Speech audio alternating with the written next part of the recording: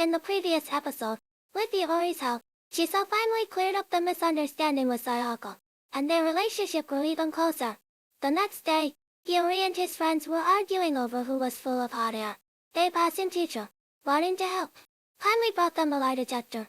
Iori, however, knew that for a bunch of shameless guys like them, a normal lie detector would be completely useless. The teacher knew this too, so he made a few minor modifications. Now, if you lie, you'd receive an absolutely brutal punishment. Even the thickest-skinned person couldn't lie with a straight face anymore. Noguchi flat out refused to participate, stubbornly claiming he wasn't backing out because he was a liar, but because Iori and the others didn't trust him. Seeing this, Iori suggested putting Noguchi last and having Kohei go first. Kohei thought he'd be safe as long as he just stayed quiet, but the machine's judgment was incredibly strict. The slightest slip-up and he'd get zapped. Seeking revenge, Kohei tied Iori to the testing chair. During Iori's test, Kohei deliberately flashed pictures of Nanaka and Azusa in front of him, making Iori's heart race and triggering the lie detector. Next up was Midarai. Strangely, everything he said was the truth. He really was popular in middle school and even had his own fan club.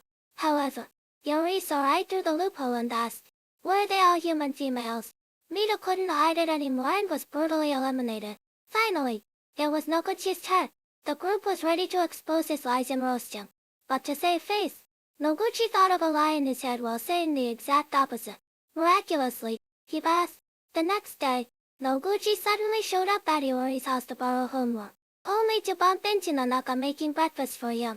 Realizing his secret cohabitation with a beautiful girl was exposed, Iori had no choice but to promise to throw a mixer to save his own skin. Seeing one gorgeous girl after another show up, Yamamoto and the guys instantly got hyped. Unfortunately, they were completely clueless about how to talk to girls. They brought Iori, begging him to help hype up the atmosphere. Iori immediately pulled out the modified lie detector, saying that since it was a mixer, they absolutely had to ask the ultimate question, is there someone here you have a crush on? As expected, Nanaka and Azusa both answered yes. Yamamoto and the guy started fantasizing that they were the lucky ones. But reality quickly crushed their dreams. Next, Sakurako said she didn't have a type here, but the machine zapped her. Remembering that Sakurako used to be interested in Kohei, the guys were convinced the machine was working perfectly. Seeing them get cocky, Iori and Kohei announced that time was up. They promised to help with the mixer, but they never promised to let them survive. Iori cranked the lie detector's voltage to 200x, instantly frying Yamamoto and the others into unconsciousness. Iori tried to wrap up the mixer, but Azusa pointed out that Iori hadn't been tested yet. Since Iori had previously claimed that Nanaka and Azusa were his ideal types, Sakurako demanded they be excluded from the options. Iori was in a tough spot. If he said no, Sakurako would think he was looking down on her. If he said yes to Azusa, it would lead to some weird assumptions. After overthinking it, Iori said he actually had several ideal types. Unfortunately, Iori forgot that Nanaka was still in the room.